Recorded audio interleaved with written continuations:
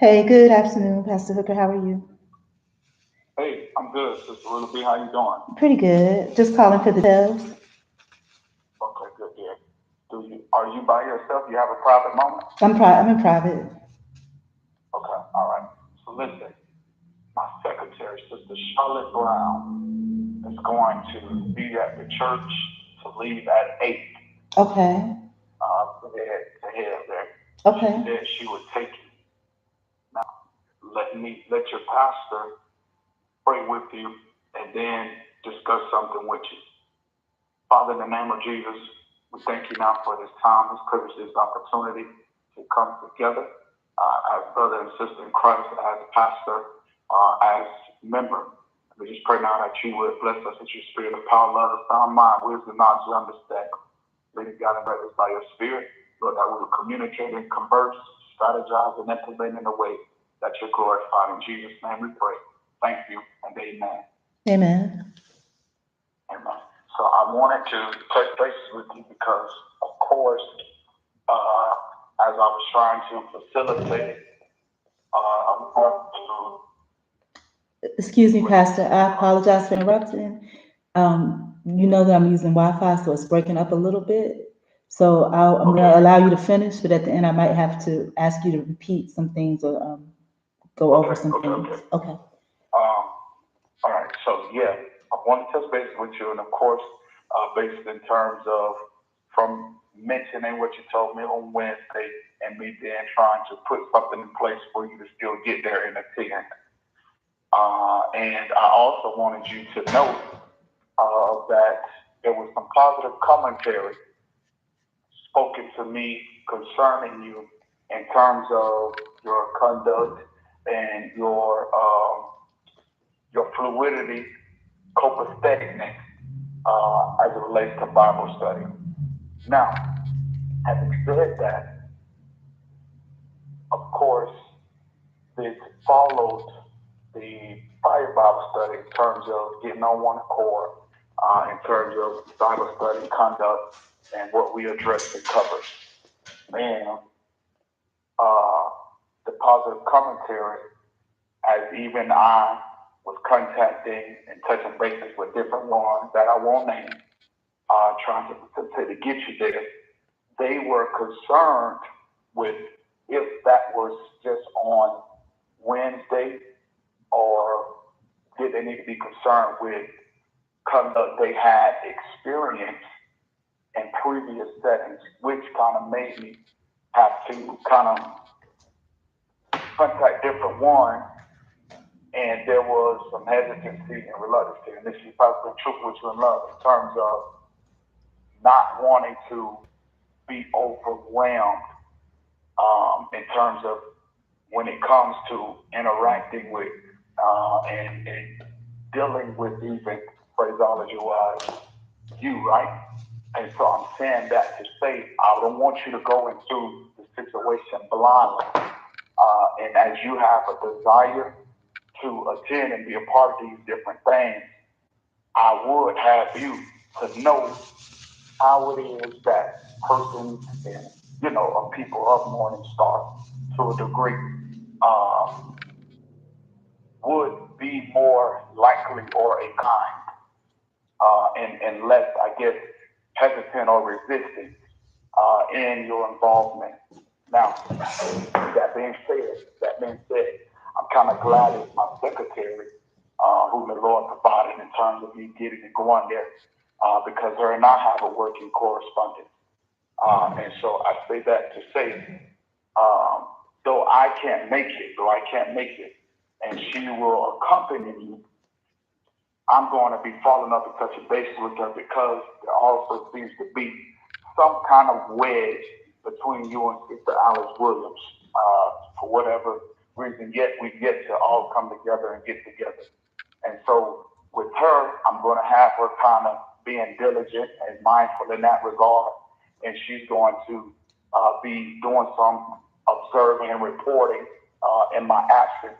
So hopefully, when we can all come together and get together, we have even more clearer evidence and example of what we need to do. And so I wanted you to be aware of that. I wanted you to be in the know concerning that in terms of the phraseology of the track bees better with honey than vinegar. And I'm trying to make sure you understand what that honey looks like, seems like as it relates to your relations with many of Morning Star. And so you made known to me that you had registered alternatively beyond the wedge. It seemed like the uh, stumbling block for whatever reason, however you want to call it, as it relates to Sister Alice Williams and getting you registered. But in any case, with that registration, uh, of course they're expecting it. So I would recommend that you would have such, I guess, on standby to some degree that you did register, so it won't be anything problematic when you do get there.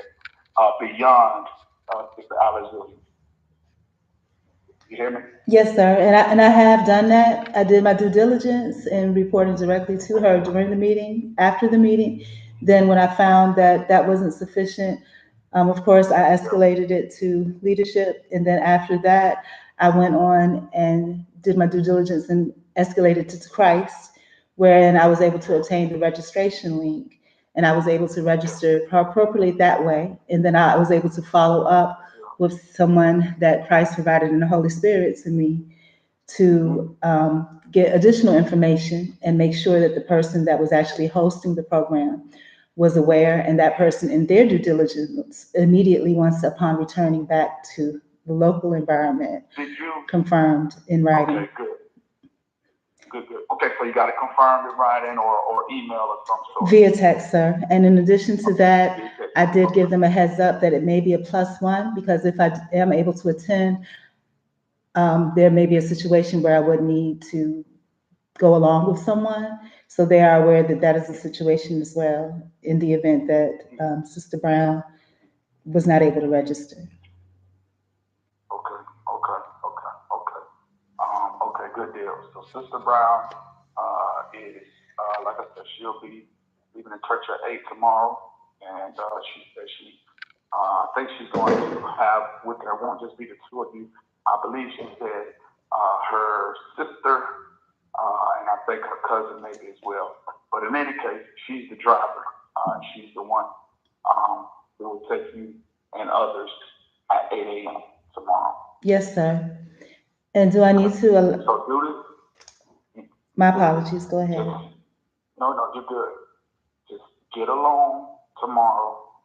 I don't, and I'm gonna, like I said, this is my secretary. I'm gonna have her give them special attention, because what happens is one person comes saying this, and then you or this other person may say, So that's what I want to encourage you. Be prayerful, discerning in the spirit, and y'all just have a good time. Have a good time at Scripture in Christ. Yes, sir. Okay. Let me, and what I'm gonna do is let me get my secretary in. Hold on. Okay.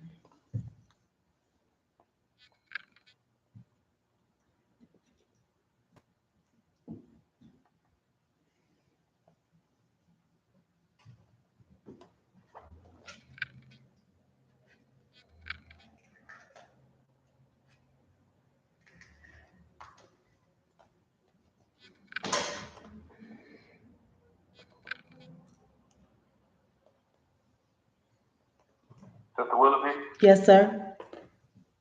Sister Brown? Yes, sir. Okay. All right.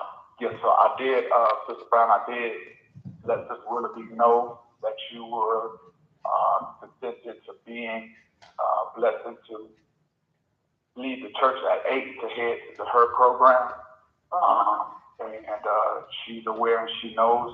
I also, her and I even discussed as far as she's registered alternatively, and she has on standby and writing and record of her registration as well.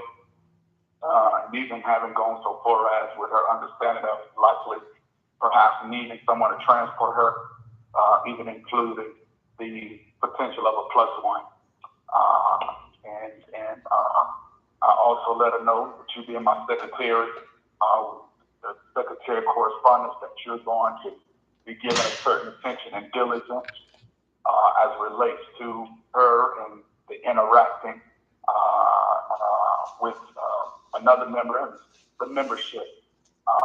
And she is aware, and she knows at 8 a.m. y'all going to leave the church.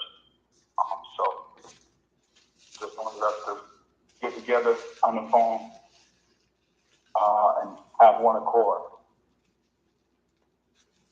You hear me? Yes, sir. Y'all hear me? Okay. Okay. All right. So I told her, y'all go have a good time in the Lord, in the spirit of Christ, spirit of unity. And thanks again, Sister Brown. Yes, thank you, Sister Brown. Okay. Dang, I lost her. She told me the phone might hang up. Okay. Nonetheless, she knows and she heard. Okay. If anything, she'll probably call me back, but did hear her, and she knows 8 a.m. Yes, sir. Should I plan to Okay. be directly in the front on the administration side or the side I typically enter for Bible study? Let me see if I can get her back on.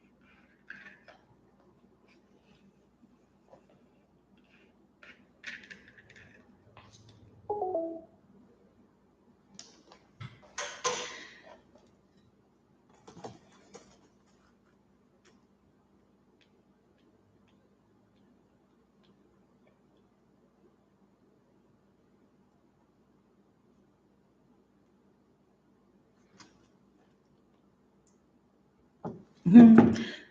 Thank you, Kid Frankie. I'm about to end, but I'll return in a few. Well, actually,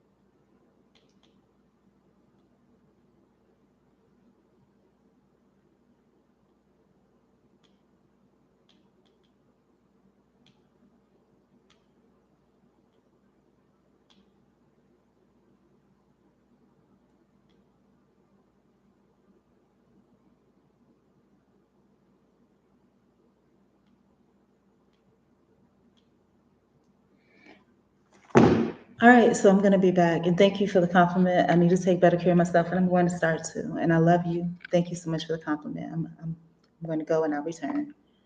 Or maybe I won't return. I'll keep it right here. So, this is what's going on.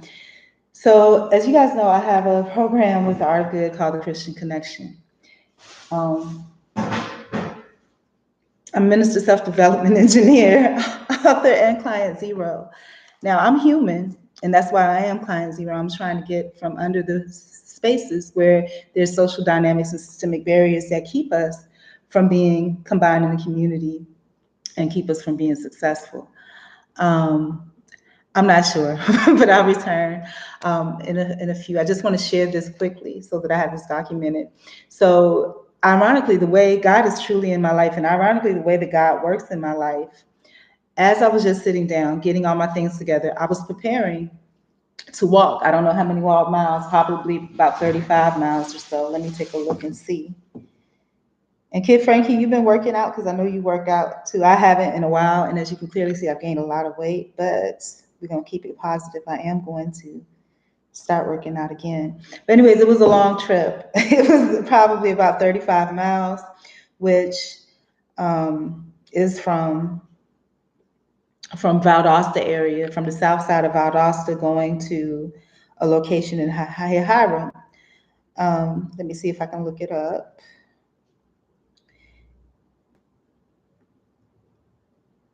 There is a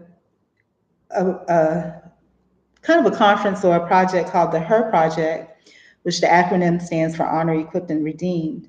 And it is happening in Hiram, Georgia, at 5009 Highway 122 East, which is very far from where I am. And we're going to find out how far right now. 5009 Highway 122 East.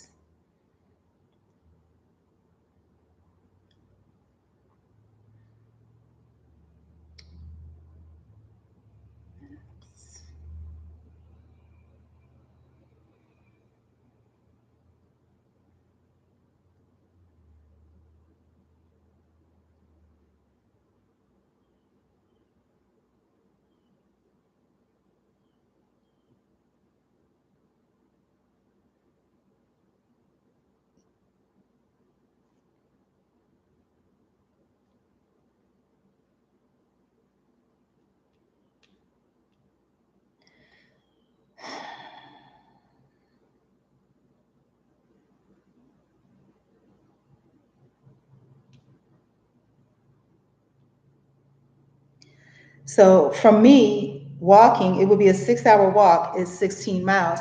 Now, honestly, 16 miles is not a whole lot for me. Well, it is a lot, period, because I've now gained a lot of weight and I'm not as healthy as I used to be. But I've walked 20 miles in a day.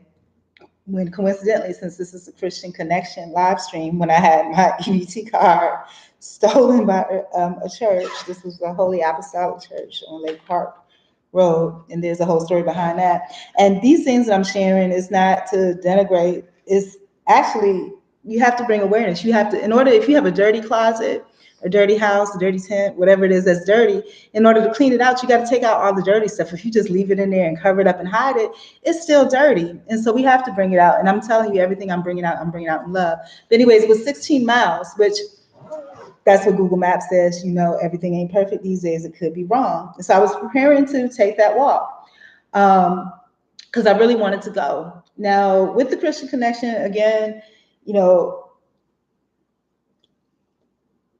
I'm a member of different churches, you know, by presence and sometimes by actual, you know, depending on what they require, going into membership. And some churches I've actually been barred from being a member of solely strictly on appearance. And shout out to my niece trying to reconnect with family again. And I say shout out to her because she's doing very well in life. And I think a lot of times when you have family members that are estranged, there's usually something that has happened in life. I don't use drugs, I don't smoke, I don't sell myself or anything like that.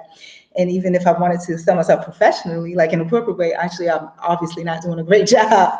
And maybe sometimes you are and you don't know. So I'm going to say this, that,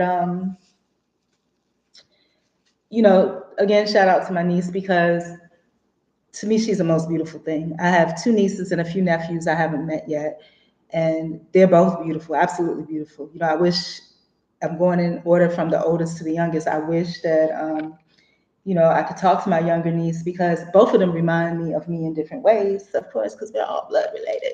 But I'm starting with the oldest, and she's understandably a little, she's very loving because I remember her, I've seen her like maybe 3 times in her whole life, and she's a quarter of a century against my half century. And so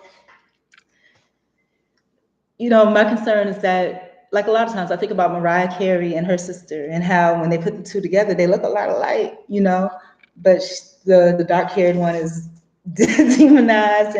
And I remember trying to hear her story, and she could never really get her story out, really, because one, it's trauma, it's trauma, and trying to speak your truth clearly amongst people that don't really want to hear it, that have already made up their mind and have lived probably many, many years with their mind made up of it being a certain way, either by choice, because the truth is too hurtful. People don't want to know or think or believe that you could truly be a good person, and you don't get good things. But in this world, the truth of the matter is, in this world kind of operates on demon time, and so it's like the worse that you do, sometimes the better off you are, because you're operating by the standards of this world. And I was talking about this, what day is today, third Friday, the day before yesterday, in a BTU class, which is just basically into the Bible study. But I was talking about this day before class because they were talking about financial stewardship. And they were talking about how, if you don't work, you don't eat. And my thing in the reality of this world that I'm speaking in, and this has been the reality now, I don't know what Trump fitting to do, but the reality of this world that we live in is that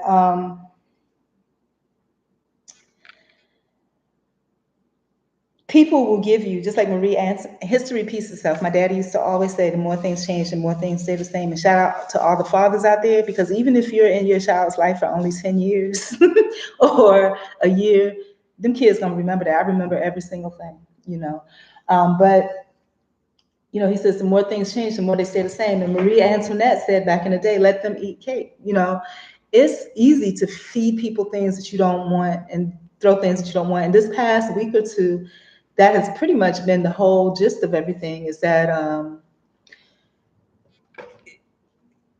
talking about marginalized individuals and basically just putting more waste out there. I have a program based on intentional called Be Intentional, and I'm uncomfortable with the phrasing a little bit now, but the key theme of it was, I love you with the love of Christ, because a lot of times as a marginalized individual, your heart breaks. A lot of times people are telling you things, you're so hungry, and you're so hungry for love, like real love, like agape love. And they have a saying that says, if you don't get fed love in spoons, you're willing to lick it off of knives. And I didn't realize this, but in the Bible, there's an adjacent saying, something about honey and vinegar, but I don't remember. But it's basically, if you can't get the sweet goodness of it, you got to eat anyway. So you're going to get whatever you can get.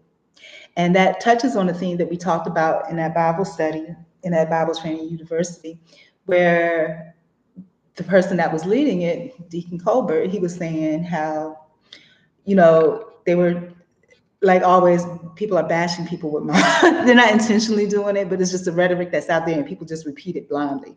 But he was basically saying how that if you don't work, you don't eat, which, okay, my experience has been that, yeah, you eat, and that's all they do is keep feeding you till you're fat, which is okay with me because food is expensive these days. But I don't get that from that. The government provides that. But the thing about it is, the things that I really need. That's what my Be Intentional thing was about. Every Wednesday, I have a What We Need Wednesdays, and I usually have a What We Need Wednesdays bingo card. But this past Wednesday, I gave a break on it because people seen it, people ain't responding to it. So I'm like, okay, it's a Christian scavenger hunt / bingo card. And this Wednesday, it was awkward moments Wednesdays, and I have to tell you, I had so many awkward moments over the past week or so. I was just like, I just got to put it out there. And some of the things I want to talk about as well, get into, I talked about the Christian connection, because the devil is busy. We have to be busier in Christ, ministries, outreach to the churches. And the thing is, wait on the Lord, sometimes it's hard and I can't because in the midst of it, people even notice my spirit change because I go to different churches. I visited this church and this guy, I met him one time and coincidentally, the way God works in my life, I met him at a function that this particular facility, had somewhere. And I may have met him somewhere else and I just don't know it. Actually, I think I do. I think I met him at Mount Ararat prior to that. But it was so long ago I didn't remember. And I didn't remember until he started talking about him doing legal work that, hey, this dude is from Mount Ararat, But he noticed, and he's seen me once, twice, maybe three times in different forms. One, hot, sunny outside, barely clothed, with a big old backpack. And, he found it necessary to render love. And then the second time was at this function that this particular facility had somewhere. And when we went out there, he was just cordial to me. He didn't make a big notice that he knew me or whatever, but he gave me the information. Well, wanted to know what type of work he do. I always want to know that. He does paralegal or whatever. And then the last time I went, it was when I came from here, and I went out to get, something for like there's a fellowship meal every week. And so I went out to go get some stuff for that because I was trying to ask, I don't want my stuff to be thrown away that I bring. Again, being good steward of the little bit that you have. So I asked what was wanted, and coincidentally, that one thing that I asked what was wanted, it wasn't it wasn't consumed, that was put away. But the thing about it is that we have to give with our hearts. It is so much better to give than receive. But going back to this guy and how he noticed my spirit change, and everybody kind of knows for the mainstay right now, because where I go to church is basically wherever you typically see me the most, and also is based on two things: where the location that I'm in at the moment, and then also not only the location that I'm in at the moment, but the wickedness that I see, the need for change. They said Jesus sat amongst,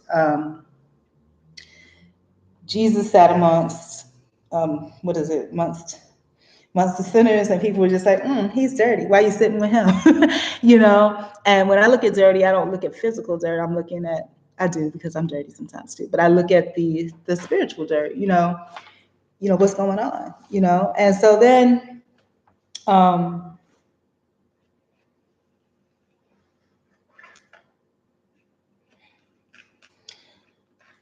but I need to get to the point because there's a lot going on here and a lot to unfold. And the reason I'm doing it this way is because it'll never get done because I don't have the resources to put all that stuff together.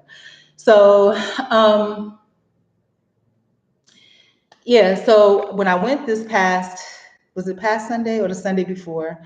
I had some different experiences go on. And if I tell all, like I said, everything goes into a tangent. That's why I like to be organized and write it all down first and then go through the process of refining it. But I ain't got time for all of that. So we just gonna let it flow naturally. And then eventually, if I ever do, if God blesses me with the time to, I'll go back and try to refine and make things a little clearer. But anyhow, the guy says to me, after I gave my little spill or whatever I was talking about, which is usually the marginalized. And the reason I went to Mount Ararat after I got that stuff in the morning was because one of the people that goes there, one of the people that has always been very loving to me, but when it comes down, and that's what I'm finding with people that are marginalized or perceived to be marginalized, is that people are willing to talk to you and they can talk to you in a way. And to me, it's not condescending, even though it probably is, because I need all the love I can get. But if you're showing me some kind of love, I'm just like, yes, hey, I'm so happy. And I'll get up and I'll dance and everything else. But the thing about it is that sometimes, you need people that are actually going to take effort to put into action what you're actually working on, things that look at you in a positive light. Now, if they can look at you as, oh, they was talking so bad about her, so I had to come and say hi, you know, and you may have appreciated it because you saw the dynamics behind it. But the thing is, okay, that's great. I'm glad you did that, sister. I'm glad you came to talk to me. Now let's put some use to that conversation that we're having. This is what I'm doing. I understand that you do this. Let's see what we can talk about. And then I wanted to talk it all because what it is that even though I think she genuinely, this particular person genuinely, at least at one time in the past, did have genuine heart for me because that's how her family is. Her family makes up the majority of that church. But I think that what happens is that in me trying to get out and meet people and talk to people, and also I'm going to address this. Somebody said to me, about me outreaching to churches, sometimes it's being misunderstood, which is understandable. That, oh, when you come to church, this is what they're saying about you. When you, and of course, is you know, part of being marginalized. Oh, she always has bags. Where does she live? This, that, and the other. But the thing about it is, this individual was just saying, don't try to make no friends. If you're getting the word from this person that you're going, whoever the overseer is, get the word and leave. Get your hat and coat and leave. But it's not me trying to make friends. The thing is, the whole purpose and goal of what I'm doing is to provide a voice for the marginalized, starting with me. That is why I'm doing it, because I'm experiencing those things, and it doesn't have necessarily, and it can be anything. It doesn't necessarily have anything to do with, being marginalized in a format that's untraditionally housed. Because even when I was doing well and looking good, people hated on, the fact that I was doing well and looking good. So it's always something. And what I did realize, and I thought about this last night as well, I was so exhausted when I got back last night. I thought, rewinded back a few years, like a little bit after the legal thing happened. I think I was like 32 or something. And, I took, again, a penny any job, so many different jobs. And there was a young guy that was working there, a young Haitian boy, very nice, put together. And in my heart, what a good boy. That's what I thought. But the thing is, he may be a good boy to you, because of the interaction that you have, that's how you perceive him. But then somebody else came around and I saw a whole different light. I was just like, I could say his name because he's nowhere. He's all the way in Miami somewhere. But I was like, Alex, I can't believe you're talking like that. But what happened, he's a good boy to me because there's not that dynamic. But there was a young girl that came in that, that worked with us too. And she was Hispanic.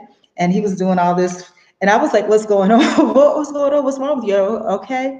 And then he didn't answer that question. But what he says to me is, you work out all the time, because you don't think. This is a young boy, probably like 20.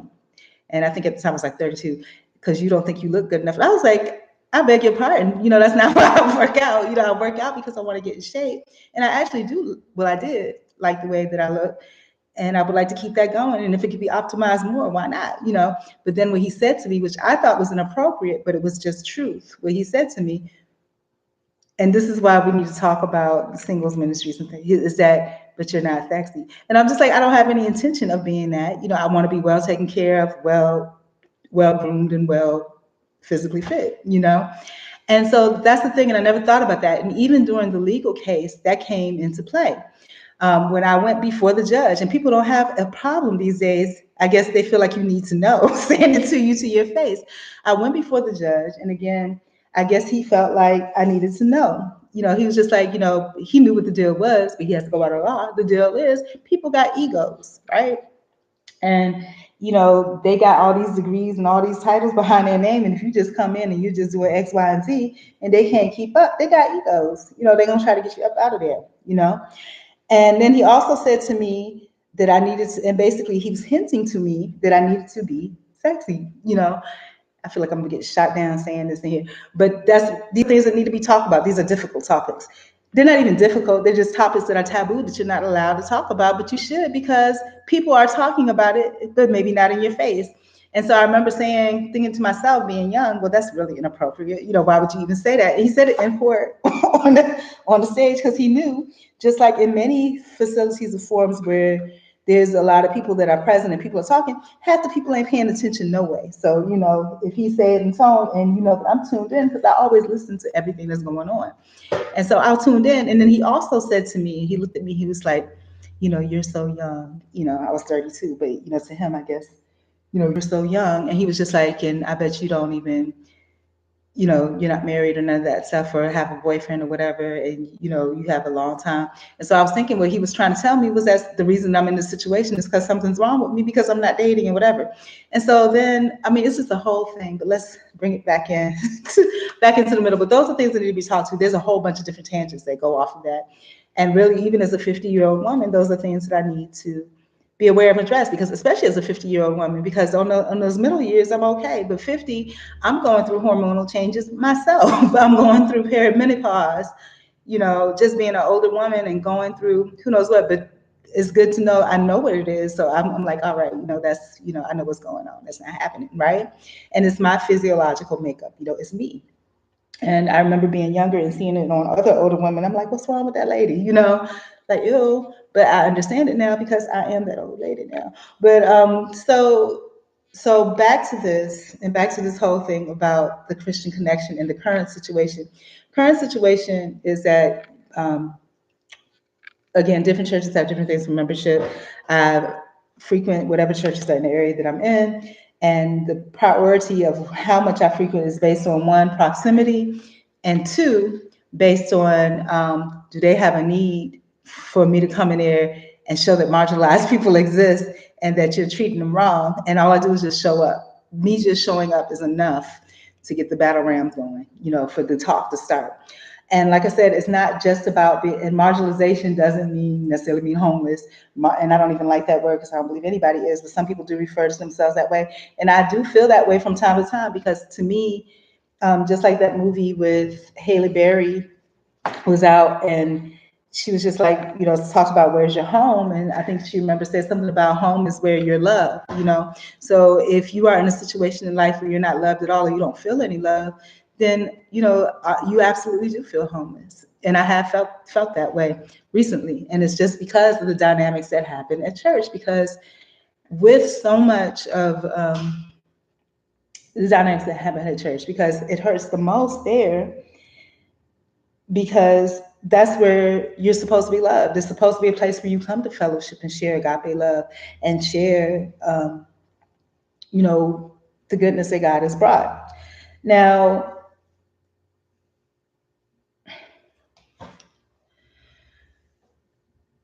so this goes back to this Her project I'm talking about. So it's 16 miles away, and the way, and I feel like I need to write a song about that 16 miles away. And actually, I did a song this morning, a rap. I cannot rap, so it's laughable, but you can tell where I was trying to go with it. And I wanted to try to see if I could stick it into AI and make it better. But I needed to find the right app to do it, and I couldn't, so I had to do it myself. so, but if you want to do it over and make it better, you can. I appreciate it.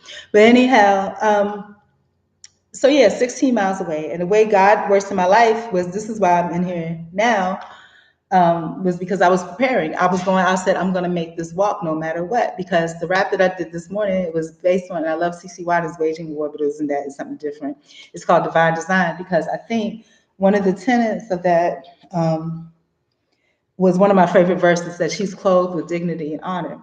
And so I was gonna show up, I put a real light, flimsy, thin dress in my bag, and I was gonna wear my flip-flops with my busted up toenails, and I was gonna go, and I was gonna post about it that, hey, this is what happened. And so here we come to the point of me telling you what happened. So I was starting to tell this story a while back about how, um, started to tell the story a while back about how you I come to church and then I have to take a break because I get beat up so bad, like really, mentally and physically abused, like sincerely.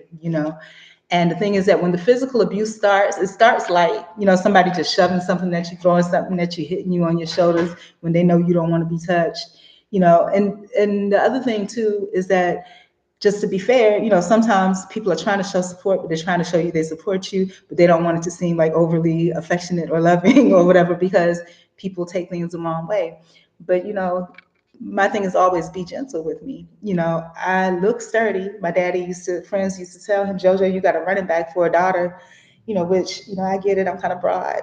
But, these days I carry a lot and I'm older. I carry a lot physically. I carry a lot mentally. I carry a lot spiritually. I carry a lot.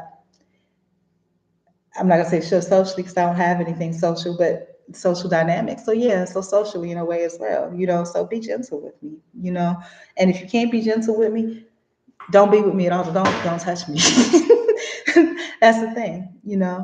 But what I wanted to say about this, and so what ends up happening is that after that abuse, I have to take a break. And sometimes the churches are the scariest place to be. If you ever watch the channel called Dawson Denise or Denise Speaks, Dawson Speaks, he talks about a lot of the improprieties in the church. And me visiting, literally, until I started babbling about it the other day. I knew I visited every church in Valdosta, but I didn't know how deep, everything was until I started babbling about it the other day, just talking about it long stream the other day.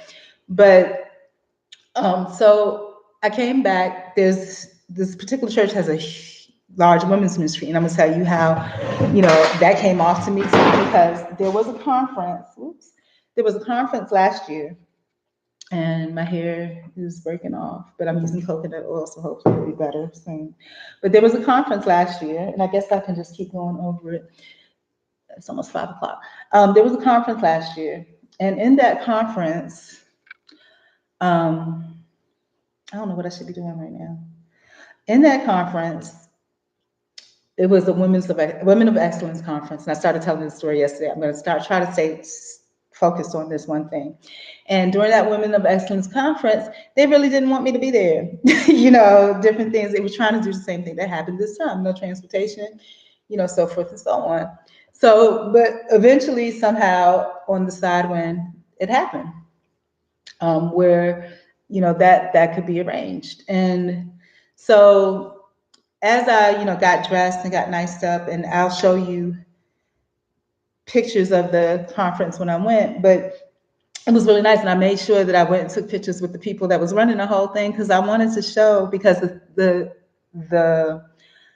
narrative that was trying to be placed was that, oh, she's this and she's that and whatever and whatever. No, it's not that at all. It's not it at all. And sometimes people know that, but they still want that to be the narrative, so they'll paint it. And the thing is, just like a toxic poison that goes through a body of cells, you put a little drop of that negativity in, it starts to filter out and go out everywhere. So I went, and I got there, and I was bored like a plague, but I still, took my pictures, put my stuff together, put in the best light ever, that I could ever do. And I poured my heart out, that this is what's happening. I want you to care. It's not that I'm weak. I want you to care. I'm telling you that, I need love. I went through all of this. I need love. That's why I'm here. I have no problem telling anybody that agape love, right? So what ends up happening, and I'm gonna continue to keep doing this. This might be as good as it can get for right now because my hair is so broken off. But so yes, I went to the thing. I had a good time, and I used my eyes to find every beautiful thing that I could, and I caught some very beautiful moments. I have to tell you, right? And ironically, the woman that was speaking, she she spoke on that. You know how sometimes I'll read the newsletter later, but yeah. So basically, I went there and I overcame the obstacles to get there. Also, prior to that, um, when I wanted to go, so now we're going to the topic of, me wanting to go to that Women's of Excellence conference, me knowing that they did not want me there, and them actually saying, oh, well, you have to dress this way, and, have this and a blue corsage and all of that. And I was like, oh, no problem. So I know they knew they didn't want me to go, and I knew that, they were like, oh, but the clothes, I don't know what you're gonna do because the clothing closet is closed and whatever. And I was like, oh, okay, no problem. So again, I visit different churches. So I visited another church, and this is the Teach Ministries. And when I visited there, again, this is where I was talking about that lady, Elsie Napier. She's running for something now, and a lot of people don't know, but she also has, a building that's attached to her church where she houses people, and that has showers and things like that. But again, that's something kind of on the down low, because again, she's a woman, and what I'm finding out about a lot of women in ministries and just ministry in general is what I'm finding out. Again, it's about energy. They're very picky. It don't matter if it's right or wrong. They're picky. But so she has all these things, and I remember asking her. I said, "Hey, there's a Women of Excellence conference going on. I would really like to attend. I'm a member of Morning Star Church, but they really don't want me there. But the thing is, I don't have something nice to wear to go, and and she lovingly, out of her heart, no questions asked, she was just like, well, that's weird because Morningstar has a great women's ministry. And I was like, well, they don't want me being a part of it. So she got me together in outfits, so forth and so on. And she said she would bring it. She did bring it. And I mean, it was really nice. Miss Napier knows how to dress. She likes to dress. If you look at her children, they love to dress too. The oldest one is, they like to dress. I don't know if it's her children. I think it's her daughter, but she's beautiful and loves to dress too. But nobody got nothing on my boobs, right? So she bought it, but my thing was I needed a shower. And I didn't know that they even, and this is like in the summertime, this is like May, it was really warm. I needed a shower. And I remember, and it was summer, so to be honest with you, I probably was a little right. But so she was giving me the clothes, but I was just like, what I really need, is a shower, and she said she had clothes. She's like, well, clothes is what I got. And I didn't realize, what that she even had access to the showers. This is how I know, because I kept coming to the Bible studies, and she was just like, she used to have rooms or whatever that she gave out to people that need it, but they don't do that anymore, is what she told me, right? And so then coming to these Bible studies and seeing how I was treated, they actually had a mortgage burning ceremony and all this and all that, which ironically, at the burning ceremony, um, well, prior to that, when she was telling me about the outfit, she was saying how, well, Morningstar has this huge women's ministry. I'm surprised. And she was like, well, if they don't want you there, why are you going? Which again, from a worldly sense, right? If somebody don't want you there, stop, stop going. But from a spiritual sense, that's the whole problem, and that's the issue that I'm attacking is social dynamics and systemic barriers. People are quick to judge and say things about folks, but there are things that are put in place to help these people. There are things that are put in place, and it doesn't even have to be monetary or financially, but as far as fellowship, as a community, we are supposed to help each other.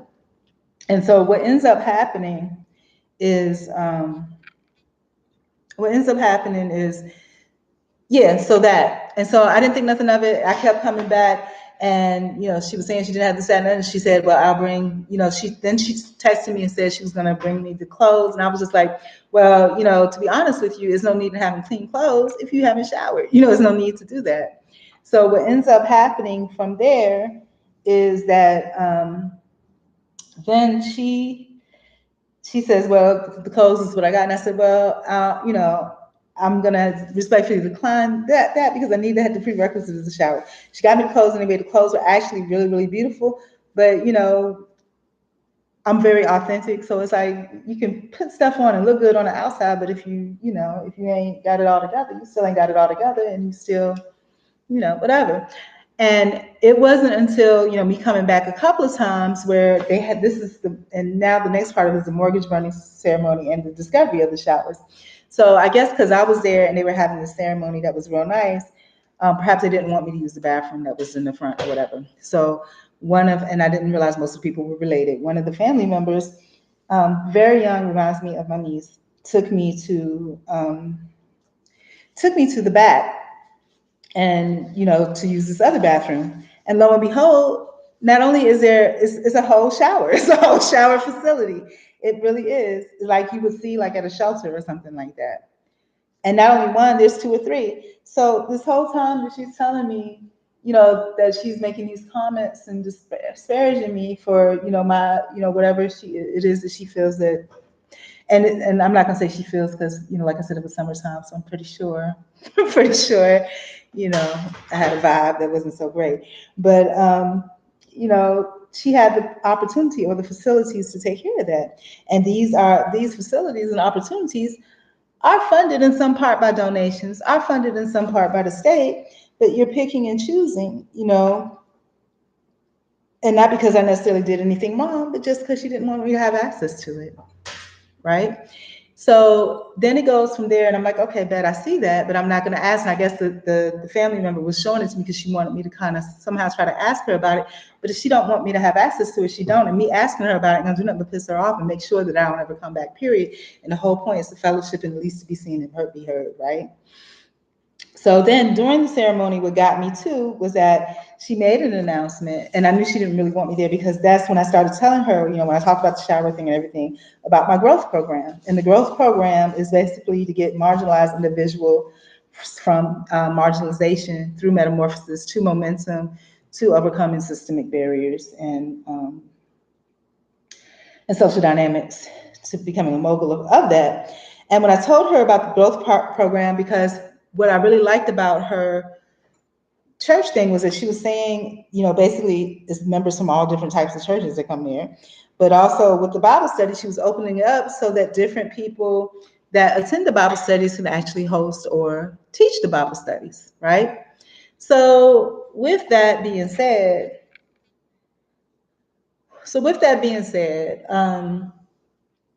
I was like, I got happy because that's the whole thing is to give myself a voice. And I was like, oh wow, I would really like to do that. And she had even at one time offered to buy me a book, and I was like, no. And the book was, she was like, it's only like $10, and I was like, no, nothing that I need. And this is what I always have. This is back like last May, June, sometime that time. Always what I have is nothing that I need costs money. I'm like Ruth, I go from the overflow. I don't want you to spend anything on me. I share with somebody where you can take pictures of the pages.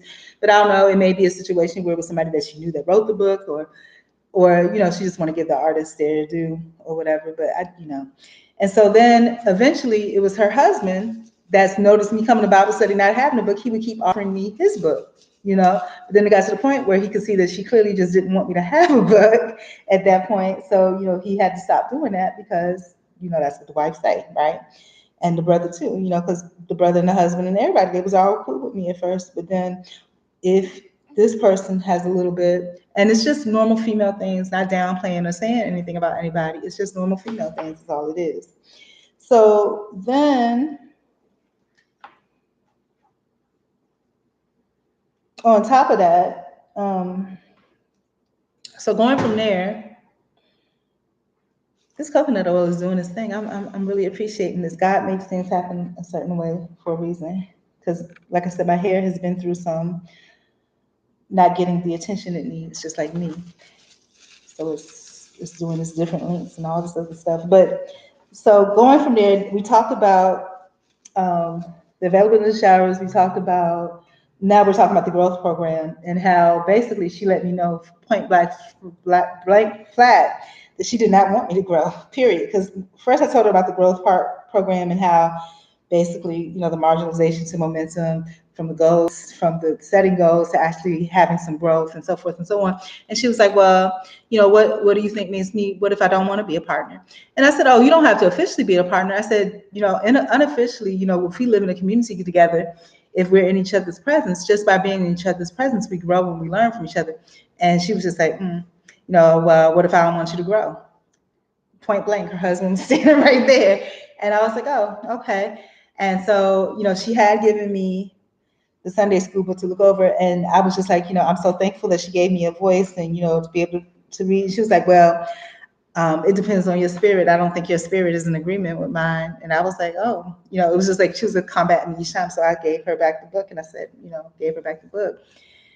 And I made it a point to go ahead and leave because I didn't want a situation where, she literally verbally just asked me not to come back. So I said, okay, yes, ma'am. And I left.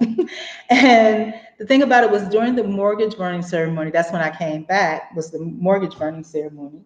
I didn't know that was going on. I just happened to walk past and it was happening. And during that, she made an announcement. I made sure not to say anything to her because it was obvious, she does not, doesn't like you. Don't talk to her. Don't, because if you do, it's gonna be a situation. She's gonna cause a situation. So she don't want to talk to you. Don't speak to her. Be quiet. So I was, and during and again, nothing bad about this person. It's just the social dynamics that I'm talking about. And I just want people to be aware that social dynamics do exist. So when you see people go through things of being ostracized or whatever, it doesn't mean that they're a bad person. Is a thing such as social dynamics. And the more accolades that you have, the better you look, the better you dress. Sometimes you you hit harder with it than others.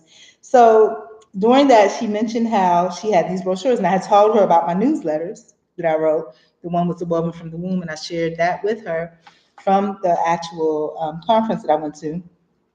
And she was kind of bragging about, because I told her at the time I was coming from a point of someone needing help, that hey, I publish these newsletters. Eventually, I just want you to read it and give me your feedback on it, and then eventually, I'll be able to put ads and things in the newsletters and make money from them. And so then she mentioned that she had a newsletter for the program, but it wasn't actually a newsletter, is what I found. It was just a brochure or pamphlet for the mortgage burning. And in it, she says, and look at that, Sandra Tooley, of Morningstar donated $800. And I'm looking, and I'm just so flabbergasted because I'm looking at the quote unquote newsletter, and basically it's like 8 pages of just pictures of people and then ads. That's all. That's all it is. And I'm thinking all this hard work I put into my thing, and I was just like, that's the church. She goes to the church that I attend. I've actually talked to her before, previously mentored this, that, and other. But the thing is, this goes back again, not saying nothing bad about anybody. It goes back to social dynamics and systemic barriers. The thing is that if I'm not doing successful on my own, I don't have anything else going for me, that people are not gonna back me because it's easy for somebody else to shoot me down. And if somebody shoot me down and they see that this they're helping me on the back end, it's a problem. Mm-hmm. Yeah. So that was that. And then yeah.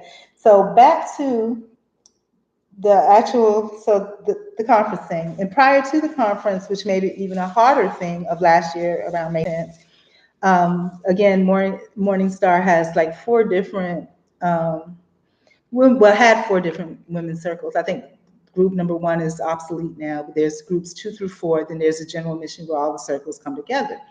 And so I had to take a break because I was gaslit so hard in so many different ways. And I think the final straw, because I really appreciated the pastor, because the reason that I even joined at the time was because of the pastor. And these two churches, the one that I'm at now and the one across the street, is the relationship is interconnected. Not they're interconnected, but my relationship with both of these churches are interconnected, because I found out about it on the start because of this church, because I showed up on a Thursday, nobody was here, then I went there and they welcomed me with open arms, right? But there's a change in that. And I was in the process, I don't have the tools to do it right now, but I was in the process of writing a, um, a soap opera, a church soap opera called Guiding Light. Um, but it's not that kind of guiding light. It's guiding light of Jesus, and about this woman's journey from marginalization through momentum, looking for love. And when I say love, agape love, because people take that the wrong way, agape love purely and sincerely. And then also at this age, I am going through hormonal changes, just so you know. But I am going through hormonal changes, but that has nothing to do with love. I just have to let you know that as well. So it's just, it has nothing, it's physiological, it has nothing to do with me. I'm not intentionally thinking, looking, whatever, not intentionally. It's like something else takes over. But anyhow, so with that being said, so I'm very careful about my interactions. But yeah, so this is great. I'm enjoying this coconut oil. Thank you, God, for this gift, because I ran out of grease and I was like, what am I going to do? And usually, I guess because when I first got open to coconut oil, it was in the summer, so it always would be kind of liquid. And I was like, ew, I don't want stuff dripping down my face. But this is pretty cool. But anyhow, continuing on. So we talked about, so I'm backtracking back, doing a flashback back to the circles. So after Alcina Beard of Teach Ministries told me that Morningstar has a great women's ministry, then I tried to find out about it. And then I found out that they had all these circle groups and stuff. And so I went to join one. And then because I used to always go to Bible studies on Wednesday, the day Bible study, the night Bible study, the Bible training training university in between, I was like literally almost in church all day. And I enjoyed it. And then even before the Morning Star service, I would go to Southside Church of Christ service. And there's a whole story behind that that deals with relationships and stuff too. And I need to get into that. So how am I doing on my hair? So yeah. So yeah, backtracking to the circles. So then I found out about the circles, and because I went to church on those times that are non-traditional times during the afternoon, Bible studies in the middle of the day. Most of the people were the older people, the churches, the members that have been there forever. Like the internal hub of the church. And so my thing was always when I go there to always try to get to know somebody, get the phone numbers, names, so that I can know about everything that's going on in the church. Not only just to know, not to just know, but so I can actually participate, get to know people, and talk about what I'm trying to do. Because there's no one reason that, if I'm not successful, I'm intelligent, I'm beautiful, I'm hardworking. There's no reason. I need to find out what the deal is. So I need to get involved in these different things, get feedback, see how I'm received. And what happens though is that when people see that you're actively participating and voicing, and that it's kind of not the norm, and they're seeing you carrying, because always have a backpack and a side bag, typically, most of the time, I'll say 90% of the time, I always have some type of bag with me, right? And the thing was, then people starts to throw targets at you, like, um, why she always, and I didn't hear this, I didn't know what was going on, but these are conversations that were being held that somehow, by the grace of God, God found it where some people, you know, felt that it was prudent that I know. So they were just letting me know that, hey, um, people were asking, why do you always have bags? And I was just like, well, why don't they just ask me? Because that's the whole purpose of me always asking people for their names and phone numbers and email addresses, because I want you to know me. I want you not to talk about me, but I want you to talk to me. And again, so many different dynamics that go with that. So the thing that I learned today, and from this particular pastor, is to be patient. You know, even though this pastor, and that's the way that I can't look both ways. I have to look at him as a pastor and as being reverent to me. Um, and I do, because I need that. We need the covering, and that's with any pastor that I go to, unless you're just wilding out, and then I'm just like, sir. But no, because if I look at him from a spiritual point, but if I look at this pastor from a worldly point, as I did when I first came in, because I was just like, I'm never going to church on Sunday, because that's somebody's little boy, and that's somebody that's here to just finagle with the whole church and do his thing, and I'm really, I don't want to be present to see that. But he's not. He's actually a pretty decent pastor, but there are things about him that I mean, he's human, you know what I'm saying? But he has a lot, and he's proven to me that he's human, but he's also proven that he has a lot of great, great qualities. And like I said, there's things that I probably wouldn't be able to express verbally, just because there's things that are spiritually that I feel or that I see. But if I look from the worldly eyes, I'll be like, and I have looked from the worldly eyes where I've been like, he's just telling me anything. But then I see the proof in the pudding. Sometimes I see the proof in the pudding. So I'm just gonna talk about this. I see the proof in the pudding. I do. Um, and this is speaking from a woman that's been to every single church. Now, the church that I'm at here, this church is 100 billion% strong tower. But the thing about it is, and I hope these people continue to love on me. I haven't communicated today because the devil is busy. And once people start helping or start loving on you or trying to, and so I have to stay busier, and which is kind of hard because I still want to show up. But then, like I said, I was gung ho going to show up and walk these 16 miles and get there. And I was thinking about how, the weather's nice now, but overnight's going to be really cold, and I can't walk and carry a bunch of blankets and all this other kind of stuff with me. So God made a way for a different accommodation to be made. Okay. And I don't take that lightly. I don't take anything lightly. But it's so much. And the thing is that who God is giving much to, much is required. So even though it seems like a little thing, that is a big deal. This is a big deal. Me being a strong tower at church and being able to fellowship and whatever, and being able to communicate, being able, all of it's a big deal. If you thought about me at all in any way, any of these churches, it's a big deal. If I have your contact information, even if you don't respond back, it's a big deal. And it's a big deal because it took you time and effort to give it to me. It took you time and effort to know that there's things that come with that, right? So yeah. But anyhow, what was the point of that story? The circles. So back to the circles, and I'm thirsty now. But back to the circles, and I'm gonna just keep doing my hair over and over again so I finish this story. But back to the circles, because it could use some love. It hasn't gotten any love in a very long time. So back to the story, so the circles. So I went to the circle two. Circle two is basically the older women, the women that attend all these different Bible studies and things like that I attend, right?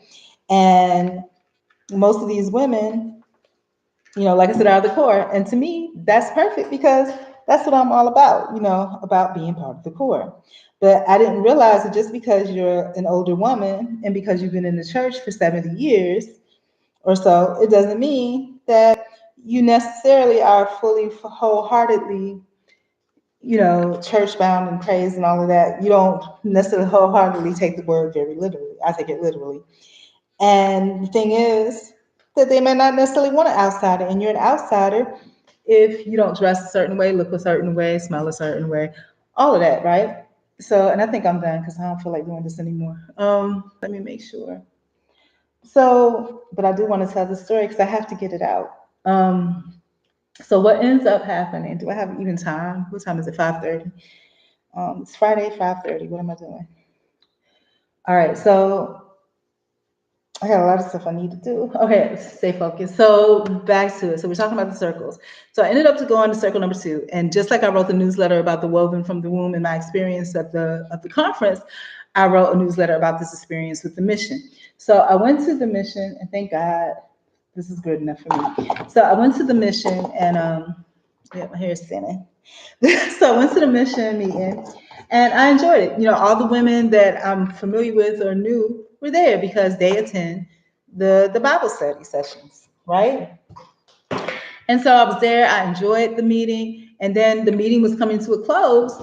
And then the sister, Mother Alice Williams, that runs the whole thing that I didn't know, and I'm learning more and more information as I go along. She says, wait a minute, as we were all closing and leaving out, I think we have a visitor in our midst. She says it like that. And I'm just like, pray tell who? And even the membership, I have to rewind back to the membership. There was a woman, not Bernard, Beverly Sharp, when I said I was a member, she was like, how long you been a member? Have you been a member at least a year? And what they told me is that people like me, that they perceive a certain way, they don't last a year or last very long because they make sure they treat them a certain way and get them out of there. And I have a history with this woman, and I mentioned it before, but we're gonna stay on circles for now. So circle 2. So yeah, so this was a perfect circle for me. I knew these women, I've seen these women in Bible study, and you would think, and this is why I go to churches, and this is why I used to always post YouTube, regardless of if anybody watching that, because of the legal situation is why the YouTube started. Because I was like, people don't know anything about me. Anybody could say anything about me, and it could be true. But these days they got AI, so they can make anything true they want to make true. But back to circle 2. So I was there at a meeting. At the end, it closed out. Everything was good. I thought it was great. And then Mother Alice Williams says, wait, I think we have a visitor in our midst. And I'm just like, pray tell who? And so then she was like, Miss Wilby, I don't think that, she's a member. And I'm just like, I am a member. And then Sister Wilhelmina, who's the vice president, Beverly Sharp is the president, and Alice Williams is the head of all the women's. And they're all older women. She says, Wilhelmina says, I didn't know that we had any visitors, And I was just like, and she was like, I thought she was one of us. And her expression was just like, why is she making a big deal out of it?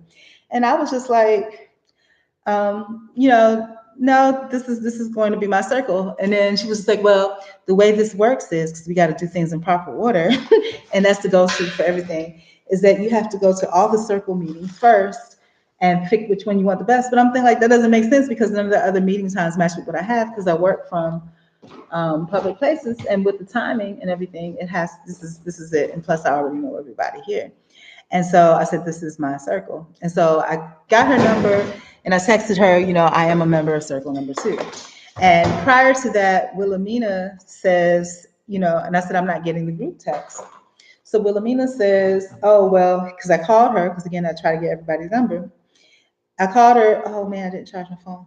I called her and she says to me, I need to, got a lot of stuff going on at once here. She says to me, and I still should take the directions down just in case. Not that I'm gonna make it now because if it's 8 o'clock, it'll take me 5 hours, 6 hours to get there. I would have had to start walking and stay overnight. But so I have to just trust in God on this one. Um, Trusting God. So what ends up happening is after that, after the meeting, and she says, "Oh, you got to go to all these different things," and she isolates me as an outcast. I wrote an article about this under different names, using biblical names for it. She isolates me as an outcast. I go back and I'm just like, no. I texted her and says, "I am a member. I've been a member since December, 5th of 2025." She's like, "Well, you're not a member." So I said, "Yes, I am." She's like, "Well, I didn't know that." And I was like, "Well, I'm letting you know now that I am." And so I said, "I'm not getting the group text." So since she said Wilhelmina's the vice president, so I let her know I wasn't getting the group text. And she says, "Well, you have to call this," and I'm ready to get out of here. "You have to call this individual. Um, shoot. You have to call this individual, Beverly Sharp. She is the president." So I called. She said, "If she don't answer, just leave a voicemail. Let her know that you're a member of Circle 2. You want to be put in the group text." So that's what I did. I called, got the voicemail, I'm a member of Circle Two. Please add me to the group text. I also texted her that, so because I do the double whammy to make sure that she knew. And so then, not a problem. I was immediately added to the group text. I was getting the group text of like 50, 60 people, however many people are in this particular group, because Morning Star is a big church, 700 members. So at one time or another, these people are in this group. So everything's going great. The next thing I know, so Beverly comes back and she was just like, I was out of town and I missed the next mission meeting. I was out of town and I was advised that you are not a member of Circle Two. And I was like, how is that? What are the special requirements to be in Circle Two? She was like, well, you have to visit all of the other groups and then you choose which one. I said, but the other group times are not, for me. So I've chosen Circle Two. And she was just like, well, you have to provide your name, your date of birth, your social security number, your address. So I gave her my name. I gave her my date of birth. I said, I'm not comfortable giving my social security number. And I said, John 14:2 for my address. It's undisclosed. And she was like, oh, you don't want people to know your address? And so just like, and what's sad about this and scary about this to me, during Black History Month and Women's History Month, because this is actually like the 1 year anniversary was like March 10th of me being in Circle Two, which is ironic, and 12/5 was the year anniversary. So it's like a year and a quarter or something like that now for the whole church. But the thing that got me about this is that these are older Black women. And being older Black women with Black History Month just having passed, being in the midst of Women's History Month, you are doing the same exclusionary practices that they did to Black people, back in the day. And like my daddy says, God bless my daddy, he said, the more things change, the more they stay the same. If it's not going to be racism, it's going to be socioeconomic classism. This is good, but it's hot. Socioeconomic classism. And that's exactly what it was. It turned out to be socioeconomic classism, where now you're trying to exclude me because I don't fit the aesthetic that you would like me to fit. You want to feel like you did some great thing because you worked 50 years somewhere, but truth be told, you probably had to turn your head or do some things that I would never, never, ever, never do, for that. But that's not the whole point. The whole point is that we're here to promote God and to promote the Holy Spirit. But when you do those exclusionary practices, you're doing the opposite. And if your ego is so fragile that you have to, find a way to demean or lessen someone else to make you feel good, especially in a place where we're supposed to be all inclusive, why do that? And with the church, like I said, on every corner, there should be nobody that's left out or failing, And so that's what she did. And so then after that, Beverly Sharp, and I didn't know the dynamics that Alice Williams was the head of all of the missionaries. So basically all the women report to her, right? So then immediately after that, I was removed from the group list and I was just like, well, I'm a member. She was like, you're not a member. I haven't seen you since this last meeting. Well, I'll show up at the next meeting. Sometimes I'm not always going to be able to come. And then I try to show up at the next meeting. I asked for a mission book and it was on a Sunday. The meeting was the next day on a Monday. And so she said, well, I'm gonna give them out at the meeting. I'm not giving them out right now. So the next day she canceled the meeting and I didn't know it was canceled. So I showed up at the church. And nobody was there and it was pouring down raining. So I texted everybody, hey, is the meeting still going? I'm here. Ain't nobody else here. Nobody answered. None of the women answered. Now, mind you, I didn't contact, because normally I was just say, well, just contact the pastor, contact my deacon, contact this other deacon I know. But I was really appreciative of the pastor when I first came, and for very good reasons. And I wrote articles about that too, because the I love you with the love of Christ, the agape love, and the Holy Spirit answered him for a second and allowed him to be gracious enough to care about my feelings in that particular session. And the thing and so the pastor was being nice to me, but then I stopped doing that because then there was a meeting, like a board meeting, a church meeting, and there was a comment. It's a whole lot of dynamics to go, a whole lot of stuff. There was a comment that was made that made it feel like maybe I was being appropriate. And I was just like, what? And I was like, from that point on, and then I asked another deacon about it, and he was just like, well, all of these people that you're mentioning, they're all men, Maria. And I was just like, I never thought about it that way, but the board members are all men. You know what I'm saying? Like, what's the point?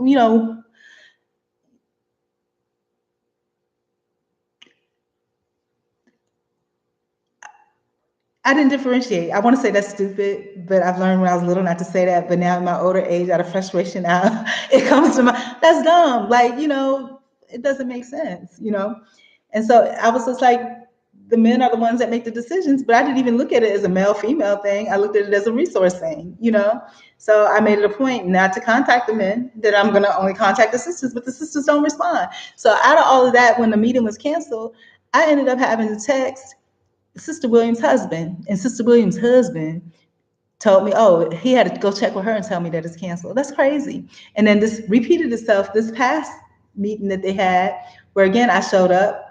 It was canceled. I didn't know. I didn't know nobody was here. I texted everybody. Nobody, and now her husband not even answering to tell me that it's canceled. So I'm just there. And then another sister, you know, God put the grace in her to respond and say it's just canceled, simply. But anyways, so it's a lot going on. I needed to get to this thing about why I was going to take this 16-mile walk. So there's a lot of things that happen in between. So we're going to skip on because we're going to try to stay focused on this particular conference. So, and shout out to Strong Tower. I love you with all my heart. Sincerely, I love you, love you. The reason I didn't register for the conference here is because, you know, it costs ducats. I don't have no ducats, so I don't need to be registering if I ain't got no ducats. You know what I'm saying? So that's that. But so February 28th, there was a general mission meeting for the women. So I went to the general mission meeting for the women. They mentioned all these different upcoming events and things, and the Her Project was listed amongst it. I asked her to spell it out. She spelled it out. She started handing out flyers.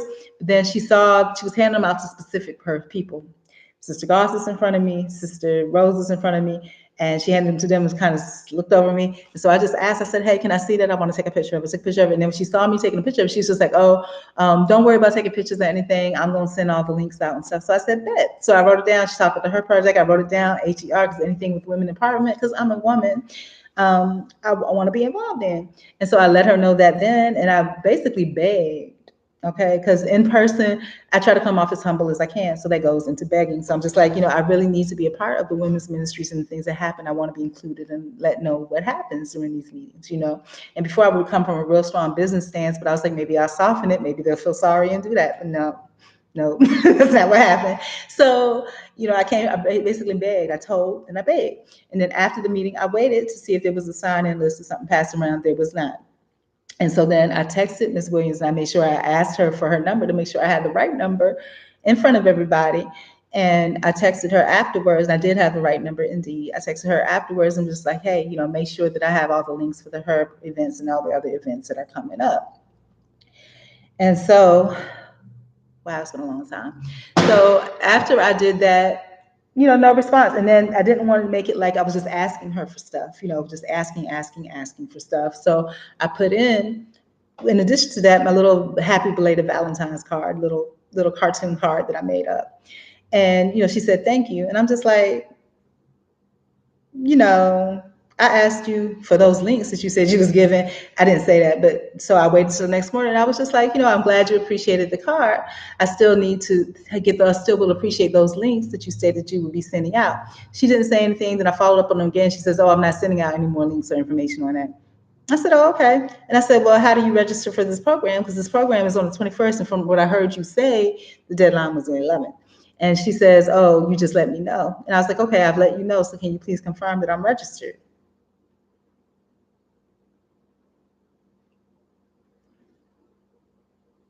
Nothing. And so then I waited a while and then I followed up, you know, by escalating it. And so when I followed up by escalating it, then, you know, and I made it into like a gap analysis form where, hey, this is what I asked for. This is what you responded or not responded. This is why I asked for it and the impact that it has. As long as you're in agreement with that and you understand it, it's okay. And she says, I received it. And that was it. So, you know, she did it. She knew what it was and she was okay with it. Nothing else I could do about it. So, you know, left it at that and went on about my business. Then there was a church meeting, a church conference. And so I've asked, and this is something else that's asked, and I need to ask again. I've asked for this over the past year because I don't want to present it in any way that's looking like I'm out of line or out of order. You know what? You know, you have the rules and regulations for the church conferences and church meetings. Can we get that? Because most people will go and just sit and not say nothing and just be like, oh, I went to the church meeting today.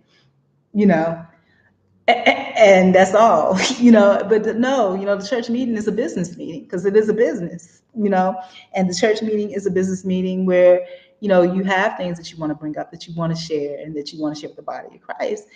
And it's an opportune time, if things haven't happened, to escalate. I'm tired, but it's, yeah, to escalate. And that was another thing that I wanted to try to bring it up. He shut me down before it even got started. And what he did was tricky, because, and this is the part about the human part of the pastor, the worldly part. Like I said, he has things about him, but the worldly part is this, he knows that I'm paying attention, I'm listening. He knows that I know everybody's going to jump on me, or he's going to jump on me, or somebody there's going to jump on me and it's going to silence me. So I try to make sure everything is done perfectly. So it's not. So I'm going to wait to the end until everybody has their say, and that he asked for general questions. Yeah, we are all human, Frankie. You're right. And I'm saying this. I love all my pastors, and I tell each and every pastor that I visit that I visit with this. I absolutely do, because it's a lot of work. It's not easy because, one, you're human. You know what I'm saying? You're human. You're human.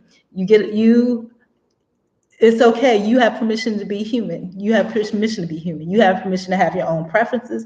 You have permission to have things you just ain't gonna deal with because you don't want to, and a lot of them don't. To the point where they'll just tell you, hey, don't come back, don't come back, or points where maybe you just don't answer your phone no more. Or you decide you just not going, because they're human. And just like I'm human, I think I'm a woman of God. I'm a good woman of God. But like I said, I'm in my 50s now, and there's some things that happen that are kind of out of my control. It's just physiological. But I know that I'm human, and I'm like, and the thing about is to have knowledge of yourself, to know when you're not, to know your imperfections, so that when the devil tries to use them, you can block them off. But anyway, see, this whole story seems like it'll never be told because it's already an hour and a half in, and I've been tired of it like 30 minutes ago. And the purpose of this is not to present to everybody, it's just basically a diary. And just to protect myself for educational purposes only. And it's out of love. It's out of love because if you love me, you're going to tell me, what the truth is, And as you can clearly see, there's not going to be time to do that. In real life, sometimes you just got to roll with the punches. So I'm fitting to roll with the punches because it's time for me to get up out of here. But anyways, I love you. Kid Frankie, thank you so much for stopping by. You're always so sweet. And you're kind of like church for me, my own personal church. Like I said, when I go to churches, there's deacons, and I always appreciate the deacons because you can always trust them to talk to them. And again, they're not perfect either, but the ones that I have been pretty good, I have to tell you, And then sometimes when there are ones that are assigned by this particular church, but God assigns other deacons to step in place when it's time. So I'm so appreciative. And brothers like you, Kid Frankie, I don't even know if you're into God or Christ, but you're like a deacon to me. People that allow me to expose myself and my heart to them. Yesterday, I went to take care of some business. There's a guy that works security at this place. There's a couple guys that work security at a couple different places, but he's like a deacon to me. Love him with all my heart, mind. Love him like I'm not gonna say that, but I agape love for him, because every time I come in, and he's watchful. He doesn't even go to church anymore, any church anywhere, because he's been disillusioned by church. He was like, they're teaching the wrong thing. But he's a good guy. I love, and that's how our men are supposed to be. They're supposed to be in the spirit all the time. And he is, I walk through the door and he catches things. And this is why the singles ministry, again, is so important. He catches things, because I walked through the door. There was a couple that walked in. The dude didn't do nothing but hold the door open for me. I didn't catch it at first. I was thankful. I walked in. I was just like, thank you, But the security guard caught it. And he was just like, oh, it's been a long time. I thought he was going to say it's been a long time since he saw me. But he was like, it's been a long time since I've seen these lovebirds. And he caught that. And he was making it known, because the woman, she stopped and she looked at me, and I was just like, I'm just walking through the door, So even though, people may call you out to be marginalized, this, that, and the other, there's some weird things going on, and I don't, about the dynamics between men and women and relationships and single people and all this. You just minding your business and you can get the eye shot down. And a lot of times I'm like Amelia Bedelia. I'm completely oblivious. I don't catch it. And I've done some stupid things I didn't catch. I've gone to church before. Actually, absolutely love this minister. Loved him because he had a childlike heart. He actually reminded me of someone that I knew growing up that was actually from the Bahamas, which is actually where he was from. But there's a whole bunch of story and a whole bunch of mess and everything put into that. But I think these things need to be revealed, and we need to talk about it, because I don't think any of these people are bad people. I think there's perceptions that are involved, and I think there's just some human things. We're all human. There's just some absolutely human things that are involved. Um, that's why I know for me, I'm never getting married, never doing. Anyways, I'm out. Anyways, love you. Bye.